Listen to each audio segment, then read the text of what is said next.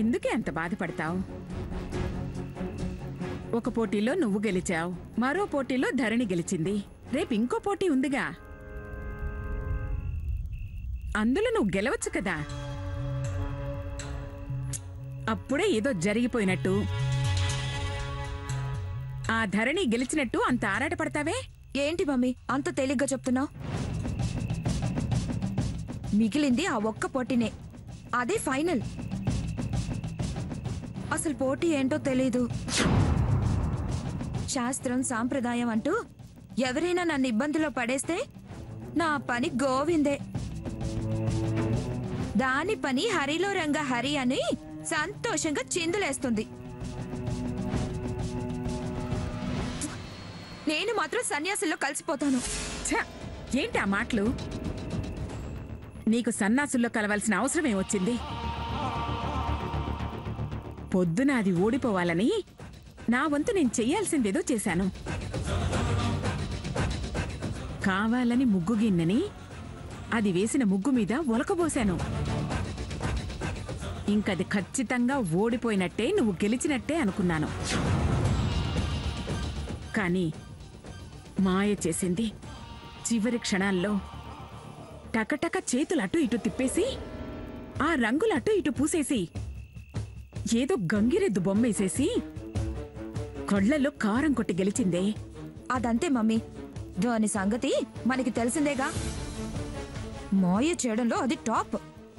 అలా చేసే బావ దగ్గర బెస్ట్ ఇంప్రెషన్ కొట్టేసింది. అందుకే నాకు చాలా భయం వేస్తుంది మమ్మీ.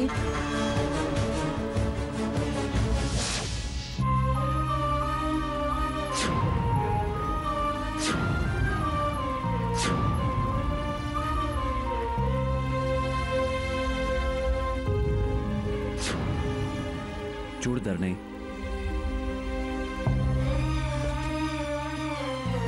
ఏదో పొరపాటు వల్ల ఫస్ట్ పోటీలో తేడా వచ్చింది. కానీ ఎవరు నీ గెలుపు ఆపాలని చూసినా రెండో పోటీలో నెగ్గావు. ఇక నువ్వు టెన్షన్ పడాల్సిన అవసరమే లేదు. నీ మంచితనానికి ఆ అమ్మవారే నేను గెలిపిస్తుంది.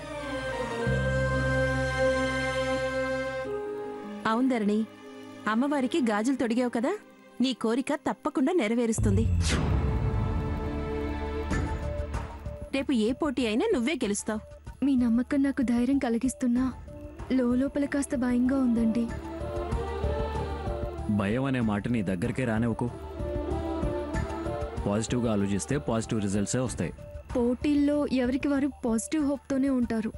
కానీ పోటీ మనం గెలవగలిగిందైతేనేగా గెలిచేది.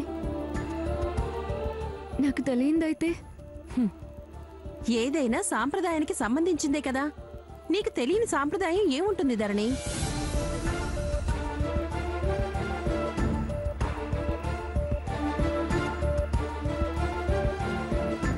రాగానే నమస్కారంలోనే తేడా వచ్చిందండి.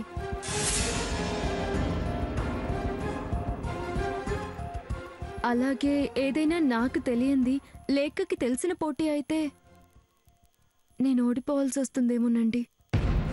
అసలు అలాంటి ఆలోచన నీ మనసులోకి రానివ్వకు.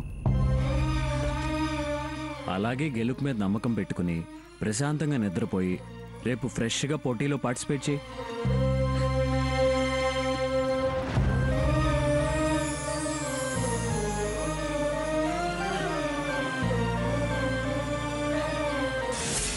మమ్మీ, రేపు కనుక నేను ఓడిపోతే నా ఆశలన్నీ అడి ఆశలైపోతాయి మమ్మీ.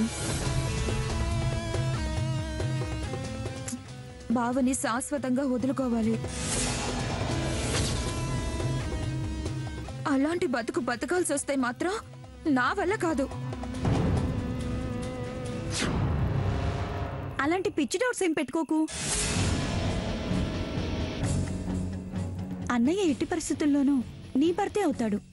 అవ్వాలని నేను మనస్ఫూర్తిగా కోరుకుంటున్నాను.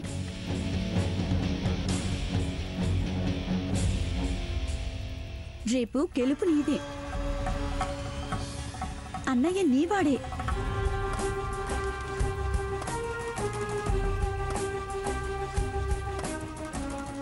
నీకు నేను సాయంగా ఉంటాను.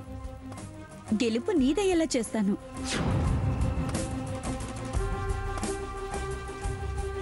రేపు వంటల పోటీ ఏం కాదు, మళ్ళీ ఏ ఆకో వేసి దాన్ని ఓడించడానికి.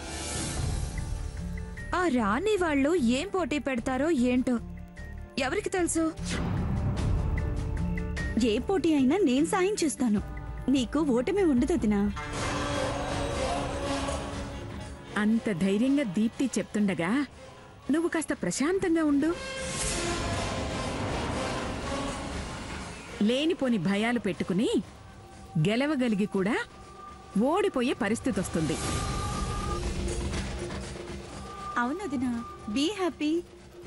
I wish you all the best. ఓకేనా? Okay, thank you Deepti.